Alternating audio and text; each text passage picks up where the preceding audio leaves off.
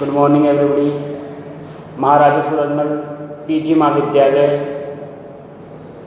की online classes में आप सभी का स्वागत है। मैं Mohsin Khan, lecturer of history, आज आप सभी के सामने बीए सेकेंड ईयर का प्रथम प्रश्न पत्र मध्यकालीन भारत के इतिहास में आज हम अलाउद्दीन खिलजी के बारे में विस्तार से चर्चा करेंगे। अलाउद्दीन खिलजी की साम्राज्यवादी नीति के बारे में हम आज विस्तार से चर्चा करेंगे। तो आइए सबसे पहले हम जानते हैं अलाउद्दीन खिलजी के प्रारंभिक जीवन के बारे में। अलाउद्दीन खिलजी का टॉपिक आपके एग्ज़ाम के लिहाज से काफ़ी महत्वपूर्ण टॉपिक माना जाता है। 2-3 बड़े प्रश्न इससे बनते हैं 20 नंबर के, और छोटे प्रश्न भी इसी से आते हैं काफ़ी। तो ये टॉपिक अच्छे से आपको देखना है।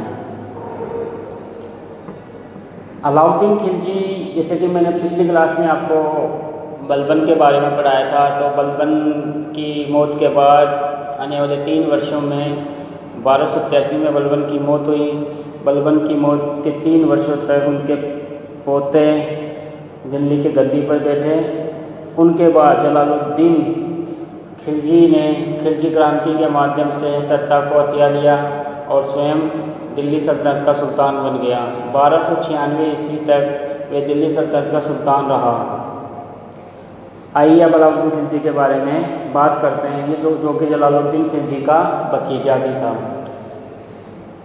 अलाउद्दीन खिलजी के पिता की मौत काफ़ी समय पहले हो गई थी, जवानी में हो गई थी। अतः उनका पालन पोषण अलाउद्दीन खिलजी और उनके भाइयों का पालन पोषण उनके चाचा जलालुद्दीन खिलजी ने ही किया था। अलाउद्दीन खिलजी पढ़ा लिखा नहीं था, निरक्षर था, परंतु उसको अस्त्र शस्त्र चलाने, घुड़सवारी आदि में महारत हासिल थी। अतः आने वाले समय में वे कुशल सैनिक बना और अपने चाचा जलालुद्दीन खिलजी की हर समय उन्होंने सैनिक सहायता की।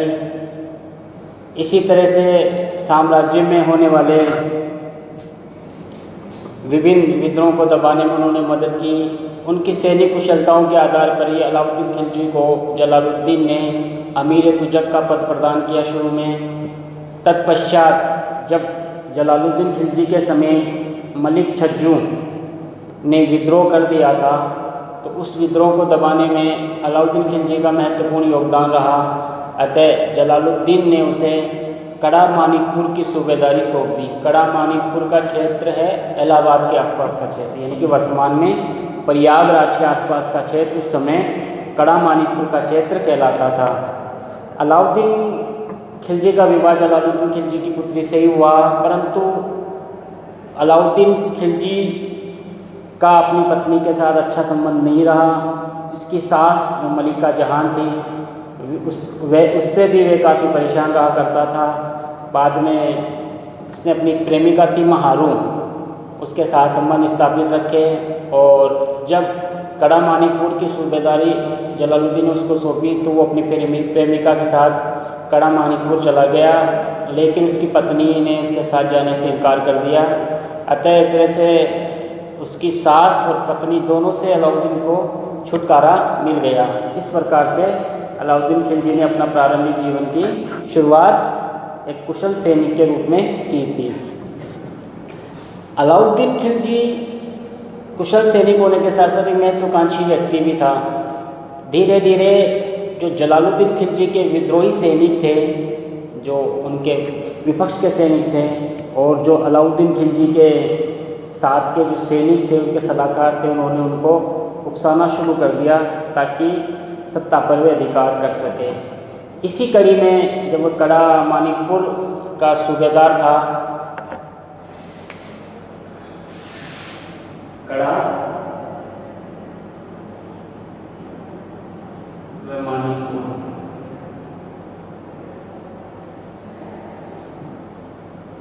की सूबेदारी, कड़ा मानिकपुर की सूबेदार था, तब 1292 में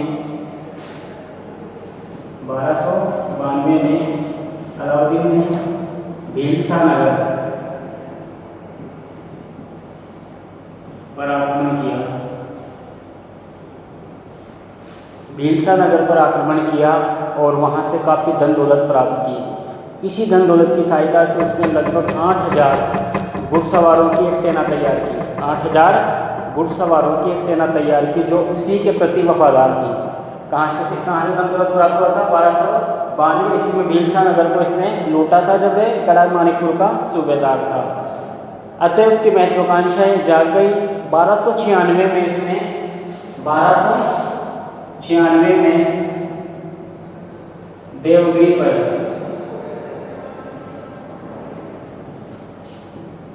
आक्रमण किया। 1296 में अलाउद्दीन खिलजी ने बड़ी गुप्त रूप से, जिसकी सूचना सुल्तान जलालुद्दीन को भी नहीं थी, और बड़ी बहादुरी के साथ देवगिरी राज्य पर, जो उस समय काफ़ी समृद्ध राज्य था, उस पर भीषण आक्रमण किया और वहाँ से उसको काफ़ी धन दौलत आदि प्राप्त हुआ और उसके साथ वह कड़ा मानिकपुर पहुँच गया। जब इसकी सूचना सुल्तान जलालुद्दीन को लगी तो वह थोड़े नाराज हुए, लेकिन अलाउद्दीन खिलजी ने काफ़ी उस धन दौलत जो प्राप्त किया था उसमें से कुछ जलालुद्दीन के लिए भिजवा दिया और उनको कड़ा आने के लिए आमंत्रित किया। जब सुल्तान जलालुद्दीन कड़ा है तब पूरी षड्यंत्र अलाउद्दीन खिलजी और उनके सलाहकारों ने पहले ही रच लिया था और जलालुद्दीन जैसे कड़ा पहुँचे उसकी उन्होंने हत्या कर दी और अलाउद्दीन ने स्वयं को कड़ा में ही दिल्ली सल्तनत का सुल्तान घोषित कर दिया। इस प्रकार से अलाउद्दीन ने जलालुद्दीन का 1296 ईस्वी में हत्या करके स्वयं जुलाई 1296 में जलालुद्दीन खिलजी की हत्या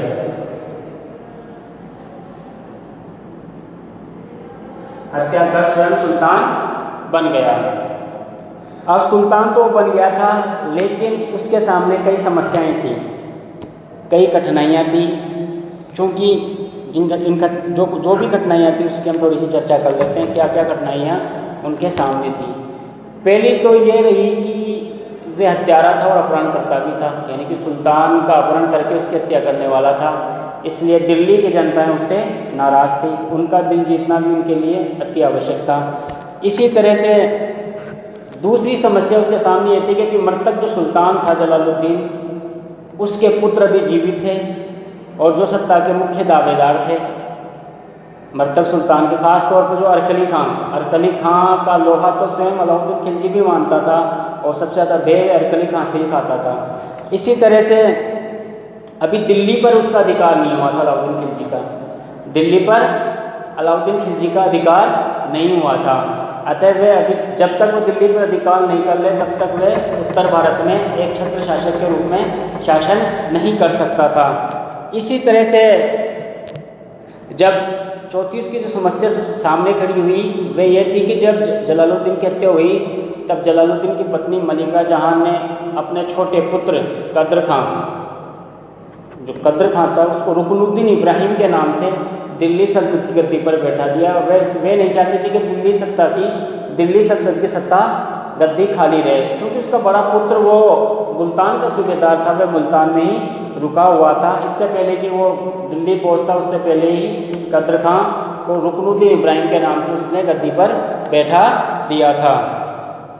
इसी तरह से अलाउद्दीन के सामने इन समस्याओं के अतिरिक्त अन्य कठिनाइयाँ भी थी, जैसे कि उत्तर पश्चिम भारत में होने वाले मंगोल आक्रमण, उसके लिए काफ़ी समस्याएं खड़ी कर सकते थे, उनसे भी उनको निपटना था। इसी तरह से जो आस पड़ोस के जो हिंदू राज्य थे, राजपूत राज्य थे, मालवा वगैरह, उन राज्यों को भी जीतना उसके लिए अति आवश्यक था ताकि दिल्ली सल्तनत को सुदृढ़ता प्रदान कर सके। इस प्रकार से अलाउद्दीन खिलजी के सामने ये प्रारंभिक कठिनाइयाँ थी जिसका उल्लेख मैंने आपके सामने किया। अब सबसे पहले अलाउद्दीन खिलजी ने, क्योंकि दिल्ली पर अभी भी उसका अधिकार नहीं था, तो उसने राजधानी दिल्ली पर अधिकार किया। दिल्ली पर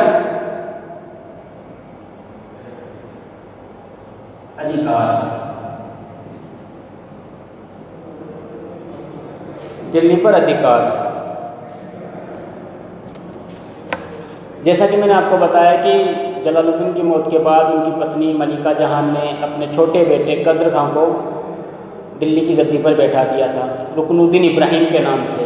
जब ये सूचना मुल्तान के सूबेदार अरकली खां, जो जलालुद्दीन के बड़े पुत्र थे और सत्ता के मुख्य दावेदार भी थे, उसको सूचना मिली तो वह उससे नाराज़ भी हुआ और उसने दिल्ली आने से इनकार कर दिया। चूँकि उनको डर था रुकनुद्दीन इब्राहिम और उसकी माता को अलाउद्दीन खिलजी यहाँ जरूर आक्रमण करेगा, तो वह अपने पुत्र को वहाँ बुलाना चाहती थी, परंतु अरकली खां ने वहाँ आने से इनकार कर दिया। जब ये सूचना अलाउद्दीन खिलजी के पास पहुँची कड़ा में, तो उसने उसकी खुशी का ठिकाना नहीं रहा और उन्होंने अब दिल्ली पर आक्रमण करने के लिए कोई समय व्यतीत करने के बजाय सीधा आक्रमण करने का प्लान बनाया और वहाँ से शक्तिशाली सेना लेकर निकल पड़ा। रास्ते में जितने भी उसके सैनिक मिले उनको काफ़ी धन दौलत देकर अपनी ओर मिला लिया और बदायूं तक पहुँचते पहुँचते उसके पास लगभग 56,000 घुड़सवार और 70 लाख की पैदल सेना हो चुकी थी। जब दिल्ली से कुछ अमीरों को उसका सामना करने के लिए भेजा गया, जलालुद्दीन के जो अमीर थे, लेकिन जब उनका सामना अलाउद्दीन की सेना से हुआ तो वह उनके साथ ही मिल गए। अलाउद्दीन उनको काफ़ी धन दौलत आदि देकर अपनी ओर मिला लिया। इस प्रकार से प्रारंभिक संघर्ष में अलाउद्दीन सफल रहा। जब अलाउद्दीन दिल्ली के नज़दीक पहुंच गया तो रुकनुद्दीन इब्राहिम ने उससे संघर्ष करने की ठानी, परंतु वे पराजित होकर मुल्तान भाग गए। मुल्तान में अपनी माता और अहमद शह जो उनके मामा थे और अन्य जो जलालुद्दीन के जो करीबी जो अमीर थे तुर्क अधिकारी, उनके साथ में मुल्तान भाग गया और आसानी से दिल्ली पर किसका अधिकार हो गया? अलाउद्दीन खिलजी का। ये नवंबर 1296 के आसपास की बात है, यानी कि कड़ाक से 4-5 महीने की बाद जब सुल्तान बना था उसके बाद। इस प्रकार से अलाउद्दीन खिलजी ने दिल्ली पर अधिकार करके अपना दोबारा राज्याभिषेक करवाया। प्रथम तो उसने कड़ा में राज्याभिषेक किया था और आधिकारिक रूप से फिर दिल्ली आकर उसने अपना राज्याभिषेक किया। अब उसके सामने दिल्ली पर तो अधिकार कर लिया था, लेकिन अभी भी जलालुद्दीन खिलजी के पुत्र जीवित थे, तो उन्होंने उसके पुत्रों को खत्म करने का पूरा प्लान बनाया।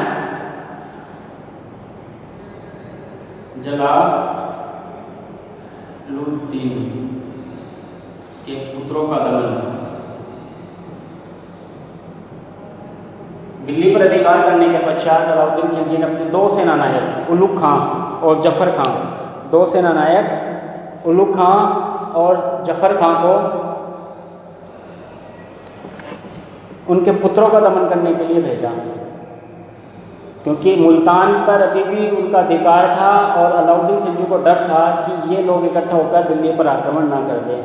तो इन 2 सेनानायकों ने उन पर भीषण आक्रमण किया और उनको बंदी बना लिया और मुल्तान पर अधिकार कर लिया। और सुल्तान के कहने पर उन्होंने इनको बंदी बनाकर दिल्ली की ओर भिजवा दिया, परंतु रास्ते में ही सुल्तान अलाउद्दीन के कहने पर अरकली खां, रुकनुद्दीन इब्राहिम आदि को अंधा करवा दिया। बाद में हासी के आसपास उनको मरवा डाला गया और जो स्त्रियां और मलिका जहान जो जलालुद्दीन की पत्नी थी, उनको बंदी बनाकर दिल्ली भेज दिया, जहां पर नुसरत खां के अधीन उनको क्या किया गया? नुसरत खां के अधीन उनको रखा गया। इस प्रकार से अब अलाउद्दीन खिलजी ने अपने जो प्रमुख प्रतिद्वंदी थे जलालुद्दीन के पुत्र, उनको भी खत्म कर दिया। इस प्रकार से अब दिल्ली पर अलाउद्दीन खिलजी को चुनौती देने वाला कोई नहीं था। जो जनता उनसे नाराज़ थी उनको काफ़ी, जब दिल्ली पर अधिकार किया गया तो काफ़ी धन दौलत बांटा गया, इसलिए जनता भी अब जलालुद्दीन के हत्या को भूल चुकी थी।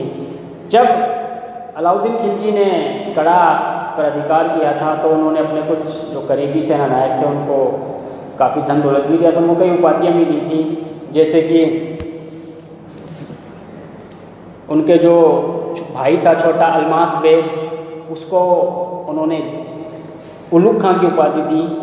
अलमास बेग जो था, जो अलाउद्दीन का छोटा भाई था, उनको उलुग खां की उपाधि दी। इसी तरह से मलिक इजबुद्दीन, ये भी प्रमुख सेनानायक था, अलाउद्दीन का सहयोगी रहा, इसको उन्होंने जफर खां की उपाधि दी। इसी तरह से मलिक संजर हुआ, मलिक संजर को इन्होंने अलग खां की उपाधि दी। और इसी तरह से मलिक नुसरत जालंधरी को नुसरत खां की उपाधि दी। इन 4-5 प्रमुख सेनानायकों ने अलाउद्दीन खिलजी के लिए काफ़ी कार्य किए उनके साम्राज्यवादी नीति को आगे बढ़ाने के लिए।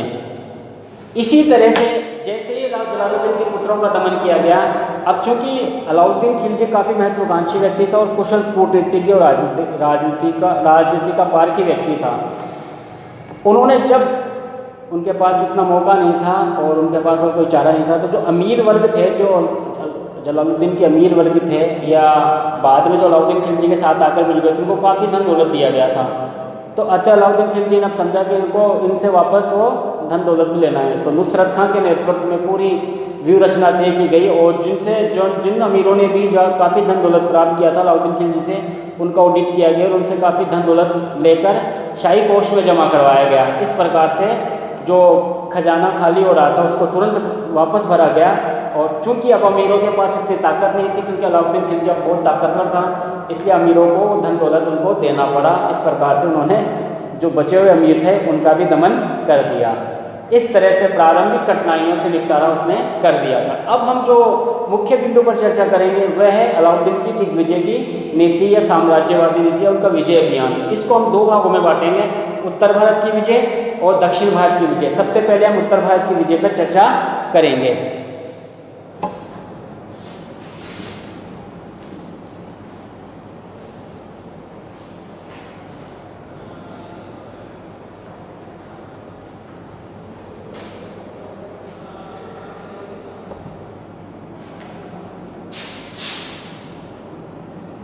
विजय अभियान और साम्राज्यवादी नीति। इसमें सबसे पहले बात करेंगे उत्तर भारत।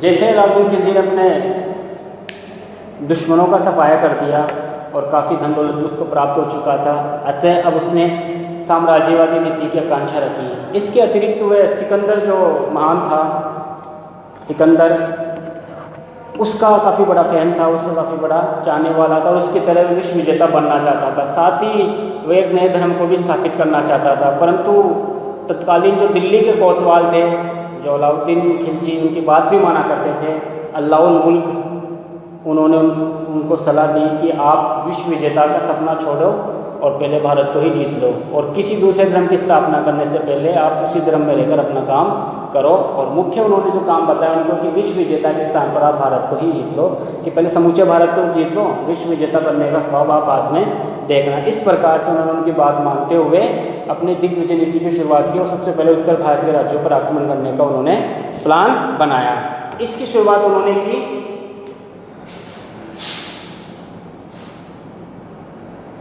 गुजरात विजय।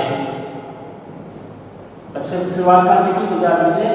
ये 1299 ईस्वी के आसपास, 1299 ईस्वी गुजरात विजय।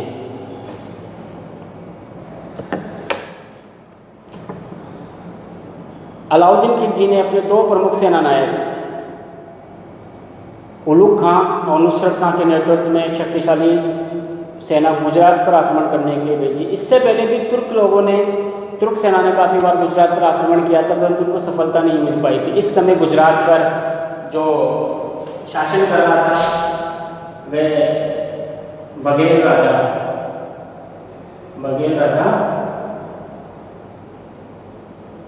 कर्ण शासन कर रहा था।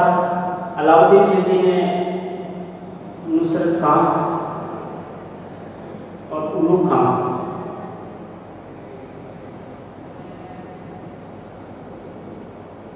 इन दोनों के नेतृत्व में अपनी सेना गुजरात पर आक्रमण करने के लिए भेजी। इन दोनों तुर्क सेनाओं ने गुजरात राज्य पर आक्रमण किया और प्रारंभिक संघर्ष में गुजरात का शासक राजा कर्ण पराजित हुआ। पराजित होकर वह अपनी बेटी देवल देवी के साथ देवगिरी राज्य भाग गया। परंतु इसी बीच उनकी जो पत्नी थी कमला देवी, वह तुर्क सैनिकों के हाथ में लग गई और उन्होंने उनको शाही दिल्ली उनको भिजवा दिया। इसी अभियान के दौरान नुसरत खां को खंभात की खाड़ी पर काफूर नामक एक दास भी मिला, जो मलिक काफूर के नाम से प्रसिद्ध हुआ, गुजरात अभियान के दौरान ही उनको ये मिला। इसी तरह से जब गुजरात विजय हुई उसके बारे में कुछ गुजराती ग्रंथ हैं जिनमें मेरुतुंग और विचार सैनी, इन दोनों ग्रंथों का मानना है कि जो राजा गण का जो सेनानायक था माधव, मंत्री था माधव, उसने विश्वासघात कर लिया था। इस वजह से अलाउद्दीन की सेना को गुजरात को जीतने में बहुत आसानी हुई। अतः 1299 ईस्वी में तुर्क सेनाओं ने गुजरात को पूरी तरह से अपने अधीन बना लिया, जहाँ से उनको काफ़ी लूटमार की सामग्री लूटमार करते हुए काफ़ी धन दौलत वहाँ से प्राप्त की। इसी सेना जब ये वापस लौट रही थी जालोर के निकट, गुजरात में लूटमार करके तुर्क सेना वापस लौट रही थी, तो जालोर के निकट 9 मुस्लिम जो सैनिक थे उन्होंने विद्रोह कर दिया और काफ़ी धन दौलत लूट के ले गए। फिर भी शाही सेना ने उन पर नियंत्रण रखा और उनको पराजित करके वहाँ से खदेड़ दिया। इस प्रकार से 1299 में अलाउद्दीन खिलजी ने गुजरात को जीत लिया और वहाँ पर तुर्क राज्य की स्थापना हो गई। राजा गण अपनी बेटी देवल देवी के साथ देवगिरी चला गया। इसके बाद अगला अभियान, गुजरात के बाद अगला अभियान आता है वह है रणथंभौर। 1301 के आसपास। इसी कड़ी को आगे बढ़ाते हुए अलाउद्दीन खिलजी ने रणथंभौर के दुर्ग को जीतने का फैसला किया, क्योंकि रणथंभौर का दुर्ग जो था वह दिल्ली के नज़दीक भी था और सामरिक दृष्टि से भी काफ़ी महत्व रखता था, क्योंकि दिल्ली से दक्षिण की ओर जो मार्ग जाने वाला था वह रणथंभौर के दुर्ग होकर जाया करता था, तो सामरिक दृष्टि से काफ़ी महत्वपूर्ण था, दिल्ली के नज़दीक भी था। इसी तरह से अलाउद्दीन का मानना था, इससे पहले भी तुर्क लोगों का इस पर अधिकार था, परंतु रजिया सुल्ताना के समय इस पर वापस वहाँ के जो चौहान शासक थे उन्होंने अधिकार कर लिया था। इसी तरह से पूरी तैयारी के साथ इस समय रणथंभौर पर जो पूरी तैयारी के साथ तुर्क सेना रणथंभौर की ओर निकली। इस अभियान की जो अगुवाई थे वे उलुग खां और नुसरत खां दोनों सेनानायक कर रहे थे। उन्होंने उस समय जो रणथंभौर का राजा था जिसका नाम अब चौहान शासक अमीरदेव था, वह उस समय शासन कर रहा था और दोनों सेनाओं अमीरदेव चौहान और तुर्क सेनाओं जो उलुग खां और नुसरत खां जिसका नेतृत्व कर रहे थे, दोनों सेनाओं ने काफ़ी तैयारियां कर रखी। तुर्क सेना ने रणथंभौर के दुर्ग की घेराबंदी की। काफ़ी महीनों तक घेराबंदी करने के पश्चात इसमें घेराबंदी के दौरान ही नुसरत खां मारा गया। राजपूत सैनिकों ने भीषण आक्रमण किया तुर्क सैनिकों पर, वहाँ से उनको खदेड़ दिया। जब ये सूचना अलाउद्दीन खिलजी तक पहुँची तो अलाउद्दीन खिलजी स्वयं एक सेना लेकर रणथंभौर की ओर निकले। अब रणथंभौर अभियान के समय अलाउद्दीन खिलजी को काफ़ी समस्याओं का सामना करना पड़ा। जब वे तिलपत नगर के आसपास पहुँचे थे तब उसके जो भतीजे थे अख्त खां, उसने उस पर आक्रमण कर दिया, परंतु अलाउद्दीन खिलजी से आक्रमण जिंदा बच गया और उन्होंने अख्त खां और अन्य विद्रोहियों को मार दिया। जब वहाँ से निकलकर वे रणथंभौर के किले की घेराबंदी की लगभग वर्ष भर तक उसने रणथंभौर के किले की घेराबंदी कर रहा था, उसी समय उसके भांजों ने जो दिल्ली है वहाँ भांजों ने अपने क्षेत्र पर विद्रोह कर दिया था, परंतु शाही सेना ने उन विद्रोहियों को भी दबा दिया और उनको मार डाला। इसी तरह से रणथंभौर अभियान के समय ही दिल्ली के कोतवाल की हत्या करके हाजी मौला नामक एक व्यक्ति ने, सेनानायक ने दिल्ली पर अधिकार कर लिया और सैयद नामक एक व्यक्ति को सिंहासन में बैठा दिया। परंतु अलाउद्दीन खिलजी के जो शाही सैनिक थे वो काफ़ी वफादार थे, उन्होंने उनको सबको मारकर सबको पराजित करके मार डाला। इस प्रकार से रणथंभौर अभियान के दौरान विभिन्न समस्याओं के होते हुए भी अलाउद्दीन खिलजी डगमगाए नहीं और उन्होंने कूटनीति से काम लिया, चालाकी से काम लिया और अमीरदेव चौहान के जो एक सेनानायक थे रणमल को अपनी ओर मिलाकर उन्होंने रणथंभौर के दुर्ग पर आक्रमण किया। अमीरदेव चौहान लड़ता हुए मारे गए। विभिन्न राजपूत स्त्रियों ने जौहर किया और इस प्रकार से 1301 ईस्वी के आसपास रणथंभौर के दुर्ग पर भी अलाउद्दीन खिलजी का अधिकार हो गया। अगला जो आक्रमण था चित्तौड़। अगला जो आक्रमण था चित्तौड़ पर 1303 ये तो आप सभी जानते होंगे। अपनी साम्राज्यवादी नीति को आगे बढ़ाते हुए अलाउद्दीन खिलजी ने 1303 ईस्वी में चित्तौड़ पर स्वयं आक्रमण किया और यहाँ का जो राजा था रतन सिंह, उन्होंने बड़ी बहादुरी के साथ इनका सामना किया तुर्क सेनाओं का, परंतु वह पराजित हुए और पराजित होने के पश्चात विभिन्न राजपूत स्त्रियों ने जौहर किया और काफ़ी राजपूत, लगभग 10,000 के लगभग राजपूत इस युद्ध में मारे गए और अलाउद्दीन खिलजी ने चित्तौड़ पर अधिकार कर लिया। चित्तौड़ का नाम उसने बदलकर खिजराबाद रख दिया। चित्तौड़ का नाम बदलकर अपने पुत्र के नाम पर खिजराबाद रख दिया और अपने पुत्र खिजर खां को वहाँ का शासक नियुक्त कर दिया। परंतु राणा रतन सिंह के एक वंशज थे हमीर देव, उसने संघर्ष को जारी रखा और खिजर खां को काफ़ी परेशान किया। अंत में अलाउद्दीन खिलजी ने खिजर खां को दिल्ली वापस बुला लिया और एक राजपूत सरदार मालदेव, जो अलाउद्दीन का करीबी व्यक्ति था, उनको उसने चित्तौड़ के दुर्ग को सौंप दिया और वहाँ पर उसके दिन तक शासन करने लगा। यहाँ पर एक रानी पद्मिनी को की कहानी का भी उल्लेख हम थोड़ा सा कर दें। राजस्थान के चारण साहित्य में और प्रवृत्ति फारसी इतिहासकारों ने भी रानी पद्मिनी को लेकर अलाउद्दीन खिलजी के द्वारा जो चित्तौड़ पर आक्रमण किया गया उसका उल्लेख किया है। तो रानी पद्मिनी की थोड़ी सी कहानी इस प्रकार से थी, जो 1540 में मलिक मोहम्मद जायसी ने पद्मावत महाकाव्य लिखा था। उसमें रानी पद्मिनी को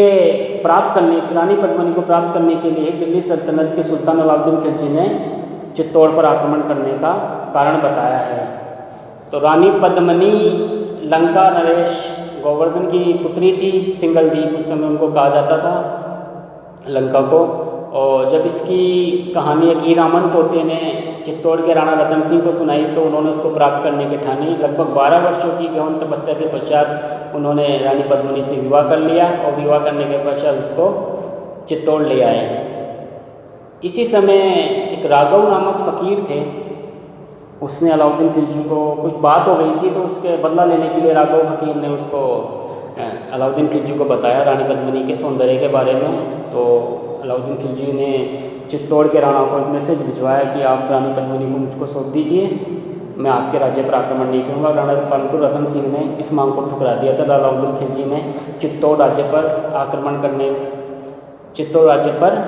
आक्रमण किया, परंतु अंत में जाकर उन्होंने एक और मांग कर ली अलाउद्दीन खिलजी ने कि आप दर्पण में ही मुझको रानी पद्मिनी को दिखवा दीजिए। अतः दर्पण में उनको दिखवा दिया। जब शिष्टाचार के रूप में राणा रतन सिंह उसको गेट तक छोड़ने जा रहे थे अलाउद्दीन को, तो विश्वासघात करके चित्तौड़ के राजा रतन सिंह को अलाउद्दीन खिलजी अपने साथ दिल्ली ले गया और वहाँ पर कैद कर लिया। अतः रानी पद्मिनी ने गोरा और बादल जैसे सेनानायकों के साथ मिलकर रतन सिंह को छुड़ाने का पूरा प्लान बनाया और 1600 लोगों को बंद पालकी में बैठाकर दिल्ली ले गए ताकि वह पद्मिनी अपने आप को उनके हवाले कर सके। लेकिन सारी प्लानिंग क्या थी? रतन सिंह को छुड़वा सके। अतः जैसे तैसे करके उन्होंने रतन सिंह को छुड़वा लिया। इसमें जो उनका एक गोरा है वो मारा जाता है और उसके पश्चात वह रतन सिंह को लिया था। हालांकि रतन सिंह जब वहाँ पहुँचता है तो एक कुंभलगढ़ के जो सेनानायक थे देवपाल, उसके हाथों रतन सिंह मारा जाता है और उसके पश्चात रतन सिंह के मरने के बाद रानी पद्मिनी की सती हो जाती है। तो ये कहानी पद्मावत में दी गई है। अब इसको लेकर इतिहासकारों में काफ़ी मतभेद है कि ये कहानी सत्य है या असत्य है या झूठी लिखी गई है। कहानी काव्य के रूप में ऐसे लिख दी गई है मलिक मोहम्मद जायसी के द्वारा। तो तत्कालीन जो फारसी इतिहासकार थे अलाउद्दीन खिलजी के समय के, चाहे वो इतिहासकार इसामी हो, चाहे वो अबुल फजल हो, चाहे वो फरिश्ता हो, इसामी हो, चाहे वो अमीर खुसरो हो या इब्न बतूता हो, उन्होंने इस कहानी का पद्मिनी का कहीं कोई उल्लेख नहीं किया। हाँ, परवर्ती जो बाद के फारसी इतिहासकार हुए हैं, अबुल फजल हो, फरिश्ता हो, हाजी उद्दवीर हो, उन्होंने रानी पद्मिनी की कहानी को लिखा है कि अलाउद्दीन खिलजी ने उसको प्राप्त करने के लिए ही आक्रमण किया था। कहाँ पर? दिल्ली पर आक्रमण किया था।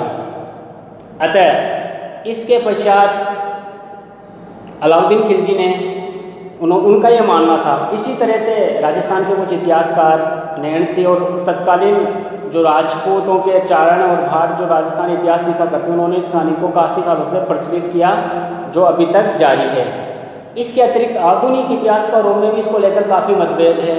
आधुनिक इतिहासकारों की हम बात करते हैं, डॉक्टर के एस लाल हुए, डॉक्टर कानून हुए, डॉक्टर सक्सेना हुए, डॉक्टर एल श्रीवास्तव हुए, डॉक्टर ओझा हुए।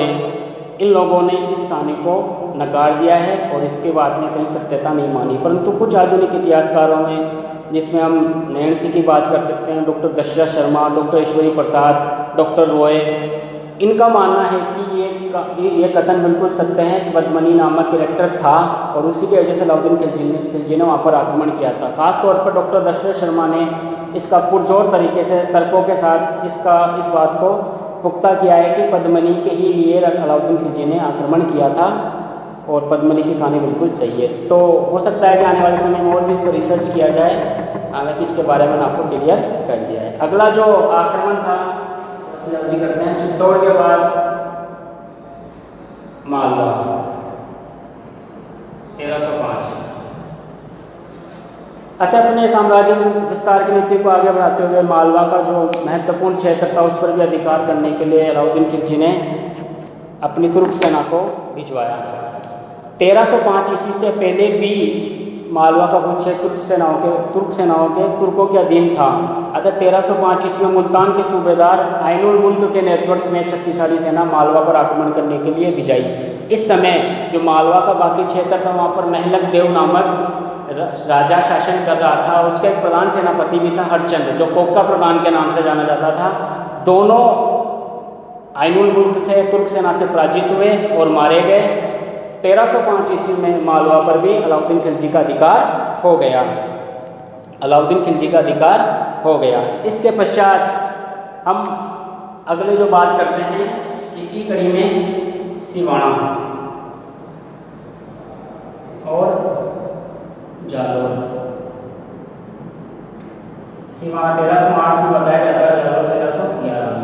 इन दो को उल्लेख कर लेते हैं। अपनी साम्राज्य की नीति को आगे बढ़ाते हुए अलाउद्दीन खिलजी राजपूत राज्यों के जो दुर्ग थे सिवाना में और जालोर के जो बड़े राजपूत राजा थे कान्हड़ देव, उनको भी पराजित करके अपने अधीन करना चाहता था। इसी कड़ी में आगे बढ़ते हुए 1308 ईस्वी में अलाउद्दीन खिलजी ने सिवाना के दुर्ग पर आक्रमण किया, जो 50 मील की दूरी पर था जालोर के दुर्ग से, जो उन्हीं के अधीन आया करता था। यहाँ पर शीतल देव, सिवाना पर शीतल देव दुर्ग रक्षक के रूप में काम कर रहे थे। उन्होंने तुर्क सेना से काफ़ी लोहा लिया, अंत में वे मारे गए और 1308 में सिवाना पर भी उनका अधिकार हो गया। इसी कड़ी में आगे बढ़ते हुए अलाउद्दीन खिलजी ने अब जालोर पर आक्रमण करने की योजना बनाई। इसको लेकर दो बातें निकल के आते हैं कि जालोर पर उसने क्यों आक्रमण किया। एक बात ये बताई जाती है कि अलाउद्दीन खिलजी का आरोप था कि जालोर के राजा ने, जो कान्हड़ देव था, उसने जो गुजरात अभियान के दौरान जो 9 मुस्लिमों ने विद्रोह किया था उनको शरण दी थी। और दूसरी ये कि पहले जालोर के राजा कान्हड़ देव ने अधीनता स्वीकार कर ली थी, बाद में उसने वार्षिक कर देना बंद कर दिया था। ये कारण बताए जाते हैं। हालांकि कान्हड़ देव की अधीनता को लेकर इतिहासकार डॉक्टर दशरथ शर्मा ने मजबूत तर्कों के आधार पर खंडन किया है कि कान्हड़ देव ने 1311 से पहले, मतलब अलाउद्दीन खिलजी की कोई अधीनता स्वीकार ही नहीं की थी। अतः 1311 ईस्वी में अलाउद्दीन खिलजी की सेना ने जालोर राज्य पर आक्रमण किया, जिसमें कान्हड़ देव लड़ते हुए वीरगति को प्राप्त हुए। राजपूत स्त्रियों ने जोर आदि किया। इस प्रकार से जालोर के दुर्ग पर भी तुर्क सेनाओं का अधिकार हो गया। इस प्रकार से उत्तर भारत में अलाउद्दीन खिलजी ने एक सशक्त अभियान चलाया। तो अगला जो अभियान है दक्षिण का, वो हम अगली क्लास में अगले वीडियो में नोट करेंगे। आज के लिए इतना ही, धन्यवाद।